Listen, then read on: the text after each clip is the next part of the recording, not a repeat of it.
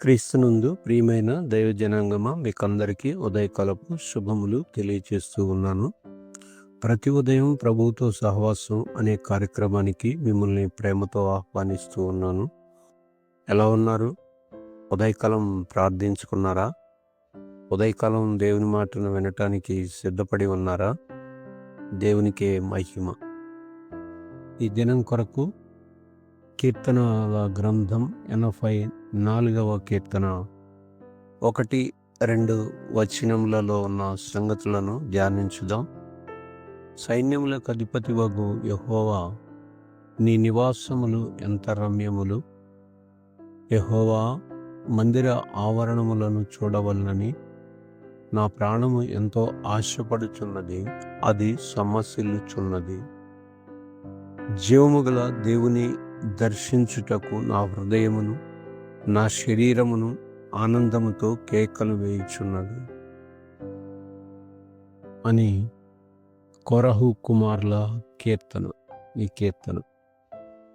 ఈ కీర్తనలో కొరహు కుమారులు దేవాలయంలో సేవ చేసే లేవీలు పండుగలకు ఆరాధనకు దూరంగా ఉన్నప్పుడు యెరూషలేము యొక్క మందిరాన్ని కలంచుకుంటూ రాసిన కీర్తన ఈ కీర్తన. ఇక్కడ నీ నివాసములు ఎంత రమ్యమైనవి అని రాయబడి ఉంది.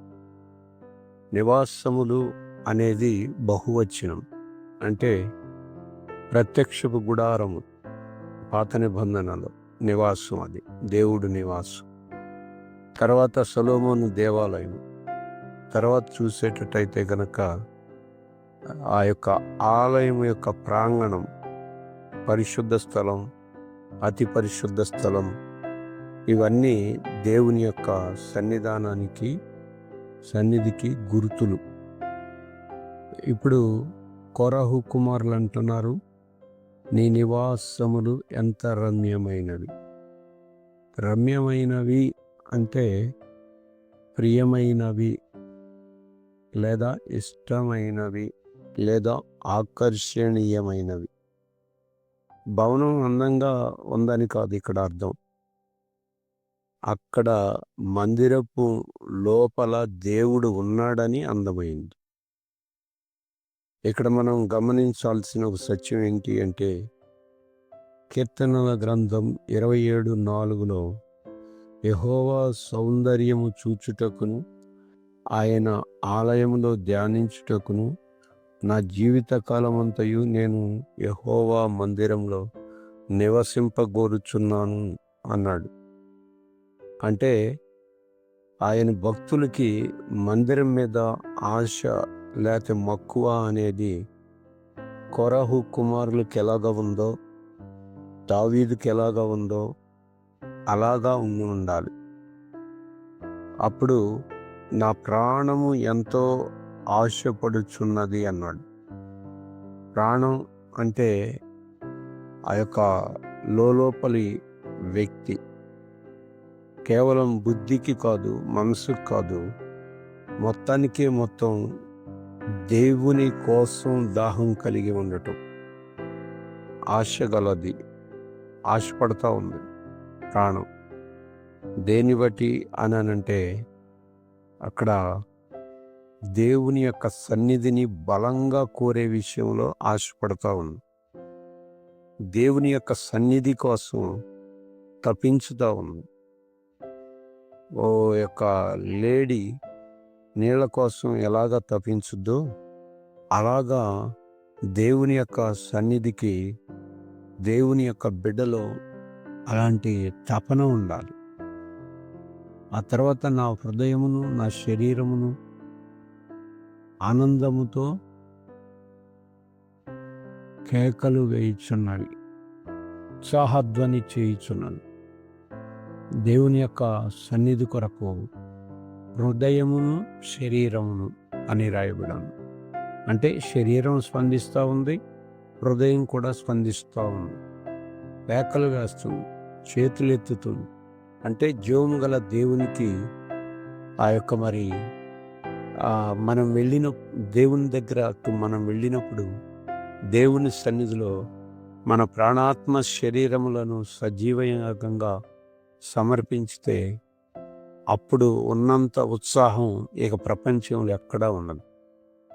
అందుకే కీర్తనకారుడు అంటాడు 63:1 దేవా నా దేవుడవు నీవే, వేకువనే నిన్ను వెదకుదును, నీ కొరకు నా ప్రాణము తృష్ణగొనుచున్నది, నీ కొరకు నా శరీరం ఆశగొని ఉన్నది అంటాడు. అంటే దేవుని బిడ్డలంగా మనము కొరహు కుమారుల్లో ఎలాంటి ఆశ ఉందో మందిరం కొరకు, అలాంటి ఆశను మనం కూడా కలిగి ఉండాలని దేవుడు ఇక్కడ కొరహు కుమారుల చేత మనకు రాయించాడు. ఇక్కడ మందిరము అది స్థలం కాదు, అర్థం. మందిరంలో ఉండే దేవుని యొక్క సన్నిధి. పాత నిబంధనలో దేవుని సన్నిధి మందిరం అంతా ఆవరించి ఉండేది. ఇప్పుడు కొత్త నిబంధనలో ఆ మందిరం ఎవరు అంటే మనమే. వారు దేవుని ఆలయమై ఉన్నారనియో, దేవుని ఆత్మ మీలో నివసించుచున్నాడనియో మీరు ఎరుగరా? దేవుణ్ణి కలవడానికి మనం యెరూషలేమునికి వెళ్ళాల్సిన అవసరం లేదు, కానీ మన హృదయమే ఆయన నివాసం. కనుక దేవుని యొక్క నివాసములో దేవుడు ఉంటే ఆయనకి ఆనందం. కనుక దేవుని యొక్క సన్నిధానంలో మనం ఉండటం అనేది అది మనకు బరువుగా అనిపించకూడదు. దేవుని యొక్క ఆరాధన అనేది బరువు కాదు, అది హృదయంలో ఉన్న ఒక ఆశ. చర్చికి వెళ్ళాలి అనేది బరువుగా ఉండకూడదు, దేవుణ్ణి కలవాలి అనే తపన ఉండాలి. ప్రియమైన దేవుని బిడ్డ, ఈ ఉదయకాలంలో దేవుని యొక్క సన్నిధికి మనం వెళితే కోరాహు కుమారుల్లో ఎలాంటి ఆశ ఉందో అలాంటి ఆశ ఉండాలి. ఆయన సన్నిధి మందిరం లేకపోతే నివాసం ఎంత రమ్యంగా ఉందో మనం కూడా ఆ యొక్క దేవుని యొక్క సన్నిధి యొక్క అందాన్ని మనం కలిగి ఉండాలి. ఆ మందిరపు ఆవరణాలను చూడాలని ప్రాణం తహతహలాడాలి. అప్పుడు మాత్రమే మనం మన పరిస్థితుల్లో సంతోషంగా ఆరాధన చేయగలుగుతాం, హృదయమార ఆరాధన చేయగలుగుతాం. అలా ఆరాధన చేసే మనసు మనందరికీ ఉండాలని కోరుకుంటూ ఈ మాటలు ముగిస్తూ ఉన్నాను. ఈ దినమంతా దేవుని యొక్క కృపా సమాధానం మనకందరికీ తోడై ఉండి నడిపించును గాక. ఆమేన్. ఆమేన్.